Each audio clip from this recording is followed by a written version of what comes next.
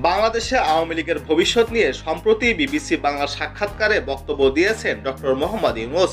তিনি আওয়ামী লীগের কর্মকাণ্ড এবং দেশের বর্তমান পরিস্থিতি নিয়ে তার মতামত প্রকাশ করেছেন। ডক্টর ইউনূস বলেন, আওয়ামী লীগ ধ্বংসস্তূপে পরিণত করেছে।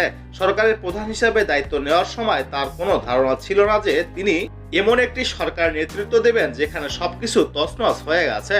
তিনি জানান, তার প্রথম চিন্তা ছিল সেই ধ্বংসাবশেষ থেকে দেশকে পুনর্গঠন করা এবং মানুষের দৈনন্দিন জীবন সহজ করা। ডক্টর ইউনূস আরও বলেন, সরকার পরিচালনা করতে গিয়ে তাদের সামনে সবচেয়ে বড় চ্যালেঞ্জ ছিল প্রাতিষ্ঠানিক সংস্কারের মাধ্যমে দেশকে পুনর্গঠন করা। ফ্যাসিবাদী শাসনের অধীনে 16 বছর ধরে চলা অদক্ষ সরকার এবং এর ফলে সৃষ্ট দুর্নীতি ও ব্যর্থতার মোকাবিলা করতে তাদের প্রচেষ্টা ছিল। তিনি দাবি করেন, বর্তমানে দেশে অর্থনৈতিকভাবে সহজ হয়েছে এবং আন্তর্জাতিক আস্থা অর্জন করতে সক্ষম হয়েছে। বিদেশি দেশগুলো বাংলাদেশের ওপর আস্থা রেখেছে এবং সাহায্যের আশ্বাসও দিয়েছেন। আওয়ামী লীগ নিষিদ্ধ হওয়ার প্রশ্নে তিনি বলেন, আমরা সবাই এদেশের নাগরিক এবং আমাদের এদেশে সমান অধিকার রয়েছে।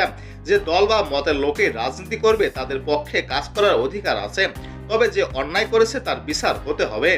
তবে ডক্টর ইউনূসের মতে দেশের উন্নয়ন ও ভবিষ্যৎ নির্ভর করবে সুষ্ঠু বিচার ও সঠিক নেতৃত্বের ওপর, যেখানে কোনো নাগরিকের অধিকার হরণের সুযোগ নেই।